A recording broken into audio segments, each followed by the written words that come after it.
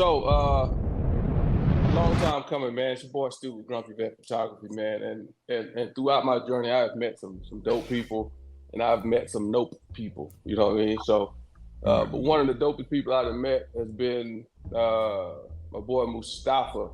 I am the Imagineer on Instagram, Facebook. He's been following my journey for quite some time. He's seen me grow. He's seen me stumble. He's seen me fall. But I already know that at any given time, I can give him a call. That was a whole bar. You know, That was a bar, my nigga, that was a completely. whole bar, bro. So yeah, we gonna chop it up today for a little bit, and hopefully we can make these a weekly occurrence. To start something, grow something, build something. As two black photographers, man, out here grinding, trying to make shit work, trying to make shit pop. And we just gonna chop it up and be as 100 as we can be without getting desensitized 200. and thrown off of. So that's who I am. I'm Stu, Grumpy Vet Photographer based out of El Paso, man. So Mustafa, please tell the people who you are and what you do, man. What's up, y'all? This is William Mustafa, Artworks of William Mustafa. I am the Imagineer on Instagram. I'm a documentary photographer working right now, currently in Milan, Italy. Doing a lot of work commercially and personal, of course. I got a couple books out there, but obviously you'll find out more about my journey throughout following our content here online. I've been a photographer now for about professionally, meaning I eat off this shit. It's not something that I do for play for the last 20 years. So I met Stu some years back.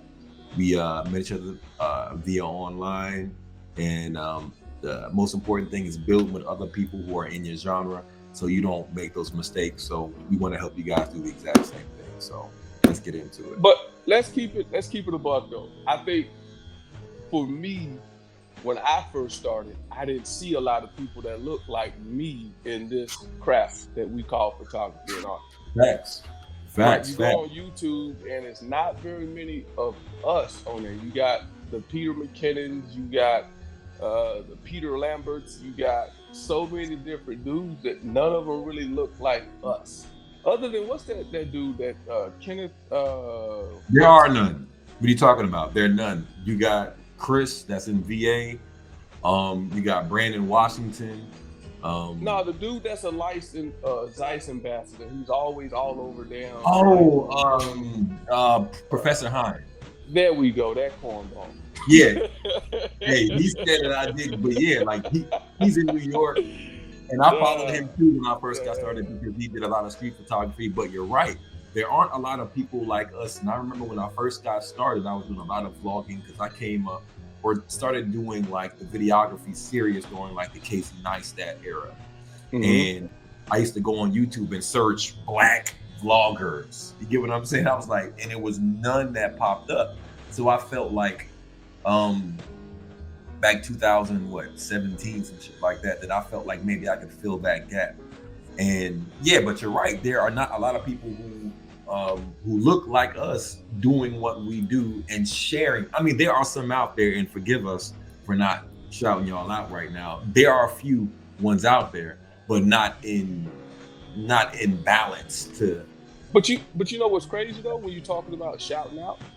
I've reached out to a lot of them jokers, bro, via comments on Instagram, YouTube, whatever. I have yet to get one message back from any of them, bro. Like if I Well, see most them of the. making some moves, I will hit them up like, yo, when I first started in 2020, just like I hit you up saying I was looking for some mentorship, some tips, some hints, some clues, some whatever. I hit Terry Warfield and some of these and Professor Hines. And I hit all of them up at some point, bro, asking for tips and how they got popping off on YouTube and Instagram and all that kind of stuff. What kind of steps I should be making? And I got no feedback. The only person that has hit me back to date is you. A lot of those guys that I found out back then, when they get to a certain level of success, They start and responding to. yeah, well, it's not even that, because it's not really success, because a lot of these guys are just YouTubers. They're not professional photographers, number one. And number two is that even now, we're seeing, because I saw online on YouTube, a lot of these YouTubers are saying, oh, it's fatigue and I don't like to do this anymore, and I don't like just doing camera reviews and things of that nature. They're not creatives or professionals, they're just YouTubers, right? So a lot of these guys, once they get to a certain level of viewership, they're not even Right. editing their videos. So it's Right. like, They got yeah, a production team. exactly. So we may reach out to them, and I never reached out to any other photographers except me and Peter McKinnon. When Peter McKinnon first got started, I reached out to him, and I had some dialogue with him before he Yeah. blew Right. up. Yeah, but Right. that was And before he blew up. That now was like, just even talking about that, man. Like, I released a video yesterday on YouTube talking about how YouTubers can run your pockets in the ground, bro, because yeah, they out here promoting all the newest cameras and tech and kit and backpacks and ND filters and lights and drones, bro. Unless you understand photography, none of that kit is gonna help you. yeah. You None of it's just going to going help out you. and buying the newest shit just to still have the same skill set. Dude, like something that I learned, I started off my journey like the average photographer. Now I got way more expensive gear. I started off with like a little A50 100, an A5000 Sony, first mirrorless cameras that they were dropping. And Right. I was using vintage glass because I couldn't afford to buy these expensive ass lenses that everybody, oh, just buy the newest. Like, nigga, I can't afford a $2,000, $3,000 lens. You know what I mean? Right. It's like, a lot of these companies, a lot of these guys became quote unquote shells for the manufacturers as advertising, because advertising is way cheaper. Just, hey, I'll pay this Bro, guy. you took the word right out of my mouth. I said the same thing on my video yesterday. They reach out because it's cheaper to pay a YouTuber $1,000 or so for this review for a month. Send them the lens, pay them $1,000, than paying commercial dollars for a TV ad run on TV. Facts. Facts. And they get Right. a better reach. Well, they don't get better reach, but they get better engagement because these people are literally watching their videos because they are consumers of the particular product. So how unbiased do you really feel like those reviews are? Well, honestly, like I've been seeing a lot lately, like Peter Lindgren, a guy from maybe Sweden, I'm not sure. But I saw, like, I just took the time recently to go back online and look at the photography YouTube channels that I stopped following because everybody's content was the exact same. When a product launches, you get 8 videos, boom, from everybody Right. saying things. And something that he said was the fact that, he liked dealing with particular companies because some of them were honest and they took the bad reviews. They were like, okay, I'll work with you. He's like, Sony was cool, DJI was cool, but a lot of the other companies, they would really like, okay, can you kind of say, can you, and for the Right. Right. photographer, and for the photographer, obviously you're getting this free gear, you're going to take it and say whatever because you're not paying for it. But again, so I see like a lot of the biggest YouTubers, the big ones, they stopped doing that. Jared Poland, he's been in the game. I learned a lot from Jared Poland. But a lot of these other guys, they've been speaking about, you guys can go and check out their channels, about that fatigue from being a YouTuber, a photography YouTuber.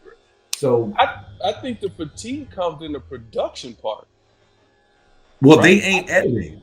The fatigue comes from the fact that they at one point really enjoyed doing photography, but then they Uh, became a YouTuber. You know what I'm saying? And then mm, it shifted. Like with you and me, and particularly me, I never cared at first because I was following like, oh, I want to get a bunch of followers. But then I was like, why am I caring about getting all these followers where I'm probably making more money than these guys are per shoot? Like you don't see Steve McCurry on YouTube. Why? Because he's successful. The most successful professional photographers well, that are as let's not talk people. about McCurry. I Yeah, lost but my I'm just respect for that guy when I heard we'll about the talk about it Afghan girl later. photo. Yeah, We'll yeah, talk about it later. We'll talk yeah. about it later because Yeah, it's it yeah, it's I when I saw that as well, I was like, oh, that's crazy. yeah, But yeah, we yeah. can't discount all his body of work, but we'll go No, back. no, but that's a huge mark, bro. Just no different than Mike Tyson biting Holyfield's fucking ear.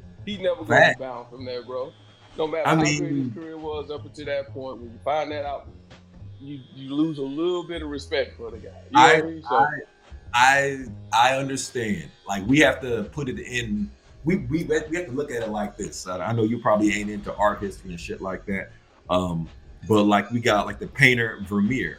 He's known for being one of the one of the greatest Danish. I think it's Danish or maybe wrong, but one of the greatest painters of all time. But it was known that he used a camera obscura. He actually used the camera, had a camera in the studio back in the early, well, 1700s, some shit like that, and he projected images onto a canvas, and then he just basically traced it.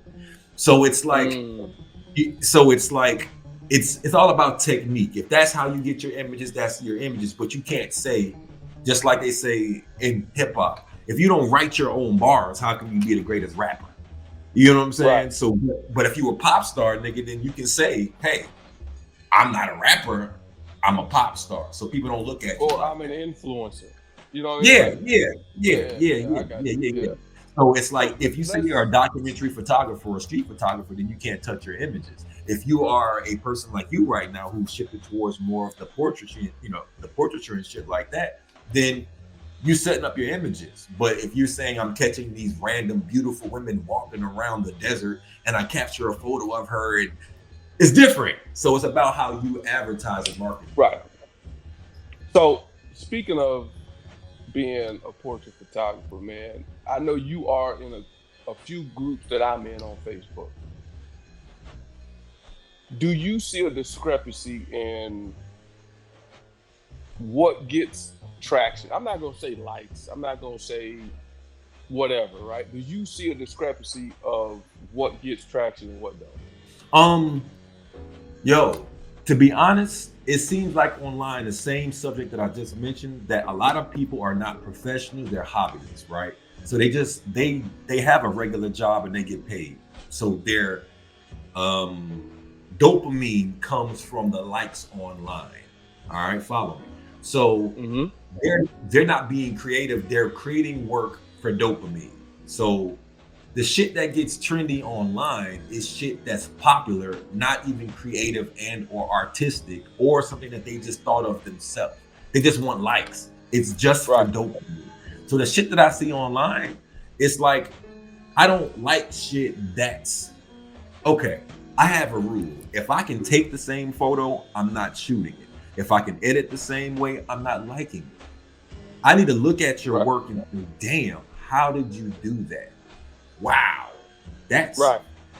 But if I can look at it, oh, you But use a Photoshop but it filter. seems like the trend, and I have ruffled a few feathers and raised the hair on a few napes of necks in some groups because I feel like it's the same old shit, man. Ass and titties. It can be the most mundane, shitty, exposed, no composition, no use of natural light or light. It's just a chick with As ass and titty. titties. If you got a fine woman and she got some nice uppers and bottoms, niggas is gonna click just because. Oh shit! But that's anybody. That's like what the fuck? Like that's I what like, understand, but I understand sex sells, bro. I completely understand that. But it can we always move has. past it in the art of photography though? Like, can she You not have clothes on and it still be a sexy picture? you just said it. A lot of, like I say, a lot of people, honestly, they don't understand the art of photography. Right. To me, The it's about positive form and shape and use of light and posing and shape, form, expression and shadow, exactly. right, Shape, form, gesture, narrative. A lot of these guys are just ass and titties. But what I have found, regardless of the trends and the ass and titty trend, basically, if you are creative, you will be able to eat in this industry. Period. Because what happens is, right, like we just say, you become numb to ass and titties because you see it everywhere. So therefore, if you're able to be creative and create an image that most people can't see, if you're trying to get paid off of your work, then that is probably the best way that you can go forward is being creative, because the ass and titty trend will expire, because ass and titties been big since Marilyn Monroe, since black and white photography, since vintage photography. You show some ass and titties and some leg, nigga, you gonna get right. some money.